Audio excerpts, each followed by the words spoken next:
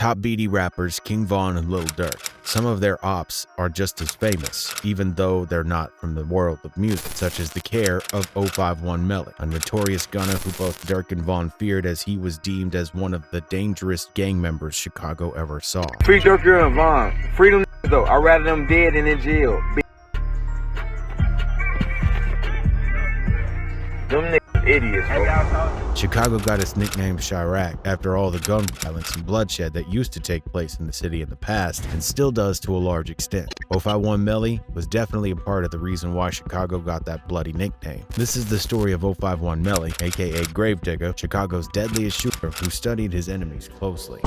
051 Melly's real name is Yarmel Williams, and he was born in Chicago, more specifically on the south side of the city, a place known quite well for being a part of the territory under the 600 gang of the BDs. He attended John Baptiste Point DuSable High School in the Bronzeville locality of the south side of Chicago. Believe it or not, violence followed this high school from a very early age, and it even has a tradition of being one of the more violent public high schools in the country. Back in the 50s, a 16-year-old student was shot and killed by a group of female students. This incident is considered to be one of the earliest fatal shootings in a Chicago public school. Then in the 60s, 12 students were arrested after a gang-related shooting at school. Yarmel grew up with his mother, his brother Wu, and his sister Kinjia. They moved a bit through the city, but they ended up at Calumet Building. Over the years, DuSable gained a reputation for having issues with gang violence. There was multiple stabbings and shootings within the school's perimeter during the 80s as well. During his high school days, 051 Melly gained a reputation as a bully. The reason being, Melly comes from a very troubled family. His stepdad, Golden Jerome, is still serving time. His cousins, TYMB Courtney and TYMB Cordis, were both allegedly behind the hit that took Tuka's life away. Not to mention that Melly's uncle was a high-ranking member of the No Limit Crew, one of Chicago's deadliest gangs. But as it often goes, you have to earn the respect of your family and your fellow gang members by yourself. It helps when you got someone close to you that can vouch, but it doesn't make the real deal happen. Melly knew he had to do something himself about his status in the streets. 051 Melly started moving with the gangster disciples once he was forced to follow his dad. That happened after the unfortunate loss of his mother. However, there were rumors coming in from all sides that they may have switched to Mickey Cobra, a group that has historically beefed with the O-Block, 600, Lamron, and other BD-related gangs. That meant nothing short of Melly being a renegade. That he was. He also rapped for Young Money, a renegade squad that went their own way and even made their own rules. Trouble knocked on 051 Melly's door for the very first time when a guy in his gang took out 051 Zecco. All that was known about the incident was that there was someone from the THF that was responsible. It was Melly's chance to establish himself in the street. 2010 kicked off a wild beef between THF and Young Money, with 051 Melly taking out a member of the THF. However, that was not the end. Thang, a 600 member, later took out yet another YM member. His victim was a dude who went by the name of 051 T Streets. At this point, 051 knew it was a war, and they wanted blood for blood. Melly and Kiddo, another 051 member, would go out to smoke 600 Shack. That happened at South Calumet Avenue on 2nd of February 2012. After the hit on 600 Shack, it was clear as day that 051 Melly cared very little about the block you represent. He was keeping his homies in check. If you came for a fight, he'd deliver. To make him even more deadly, it was a known fact that Melly did research when scouting out for ops and finding their location. He was quite known for stalking anyone who dissed him or his crew on social media, and he knew exactly how they moved and which places they would visit on a regular basis. This is precisely the reason why Melly quickly became one of the most feared shotters Chi-Town ever bred. But this war between the 051 and the BDs was not quite done with. Yet another baller from the 051 got dropped, and this time was around 14-year-old who went by the name of Fats. The loss of Fats came as a catalyst for Melly, who turned him into a ruthless street predator. In fact, the whole set changed their name to Fats World as a sign of respect to their fallen brother. 051 had a score to settle with the 600 block,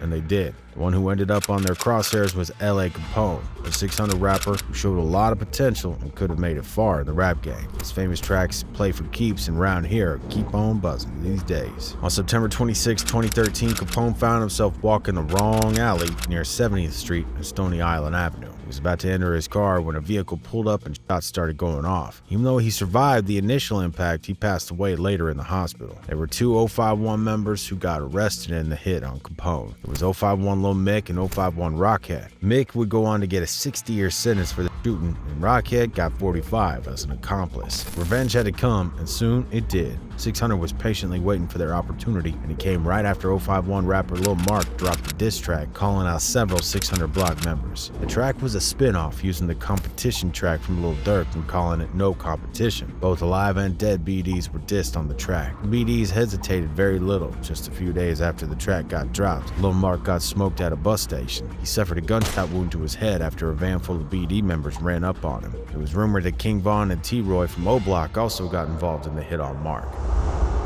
This has got the O Block involved in the beef too. Even Lil Durk clowned Mark after he posted photos referring to the bus stop where he got murked as a real famous bus stop. As one would expect, Melly got around to see that video that circulated on social media. He seeked revenge from that very moment, and he had a strong urge for retaliation. OTF Newski, a close friend of Durk's, who was the person who would end up paying for that price for Durk's behavior. OTF Nunu and OTF Newski got gunned down just a few days after he got signed to Durk's OTF label. R.I.P. Nunu. Nunu had raw talent and was ahead of his time. Man, it hurts to think that he would have had done music. Melly didn't stop with Newski. He went after Durk's manager OTF Chino. Went through a similar situation. He too was sitting in a parked car when he got ran up by 051 Melly. Believe it or not, Melly would go on to social media to make fun of the tragic loss of the OTF members that suffered. He went on to say, Chino Burger, that's what they said. At this point of the beef, rumors started coming in that Lil Durk put a price on Melly's head. 051 Melly was involved either directly or through some of his gang members, and several hits of OTF members, and Durk was well aware. Durk had THF Raheem assassinate Melly and two of his homies in the middle of Eaglewood. Even though all three survived, this was a big warning for Melly. He caught several bullets and suffered a lot of injuries. 051 Ario, popular 051 member who would then get revenge on Raheem, but this meant a lot of trouble since Raheem had affiliations stretching outside of just THF. See, Raheem was FBG Duck's blood cousin and stepson of Bezu.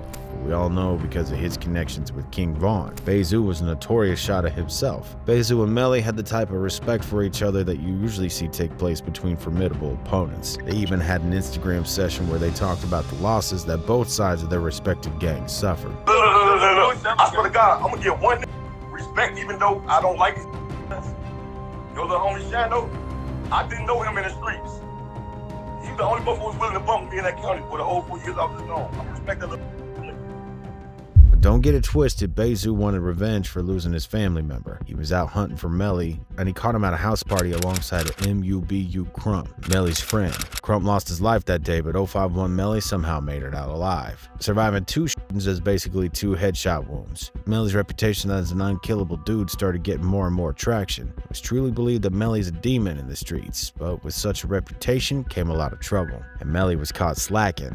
It was only a matter of time before he'd get too comfortable, and it happened after one of his beefs went left. He went into an argument with a dude from Taekwon World who went by the name of 007 Nate over a game of dice. Melly shot up Nate's home address even though his baby mama and his kid were inside. Nate couldn't wait to get revenge and take out Melly. There was a home party not long after the incident in Nate's home. The party took place at a residence located in the 6100 block of South St. Lawrence Avenue. Even though Melly got warned by his homies from the FBG squad that trouble might occur, he still pulled up. That's what ultimately got him murked. Nate shot Melly several times in a house full of people at around 3 o'clock in the morning. Melly didn't make it out alive that night. He sustained multiple gunshot wounds and was rushed to the University of Chicago Medical Center, where he was later pronounced dead. That's confirmed by the Cook County Medical Examiner's Office. Many wonder what it was that kept Melly pushing further on his op-seeking journey. Could have left the street life behind so many times, yet he just kept going. It's crazy like he chose to keep doing this. That's so sad to live such a pathetic life and people look at him like he wasn't just a psychopath. Hope things change for future generations. The story of 051 Melly is a tragic one, fueled by violence and a desire for respect in the streets. His reputation as one of Chicago's deadliest shooters was cemented by his ability to study his enemies closely and strike when they least expected it. However, his legacy serves as a cautionary tale of the devastating consequences of gang violence and the toll it takes on individuals, families, and communities.